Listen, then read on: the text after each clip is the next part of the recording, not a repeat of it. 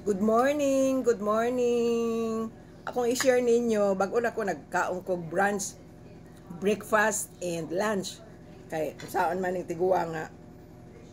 Sige pa mag-exercise. Anyway, it's good naman to exercise. Yan, nag-walking ko kadyot. So, that's why.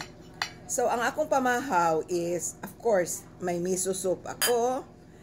Tapos, yung bagoong nagawa ko, ay malos na. So, yun ang ano ko, at saka isang itlog, at saka isda na paksiw. So, akong i-share ninyo ang akong hinimo nga bagoong. Before that, kaning, do not forget good miso, morning, breakfast, and evening. Ang akong hinimo nga bagoong lami, kaya kung bagoong kay kompletos lamas. Nga tabang, pwede ni sa high blood. Muna ako ang bagoong.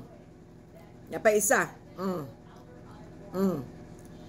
Kana, mamalit ko sudlanan, ug kinsay ganahan mo palit, ingna lang ko ninyo, barato ra ni, lami kaayo. Unya, maura ni bagoong nga kinahanglan ibutang ninyo sa refrigerator. Lami kay akong bagoong. After mga 5 or 3 days, refrigerate na ninyo. Lami. Okay. Inom sa tagkape. Okay.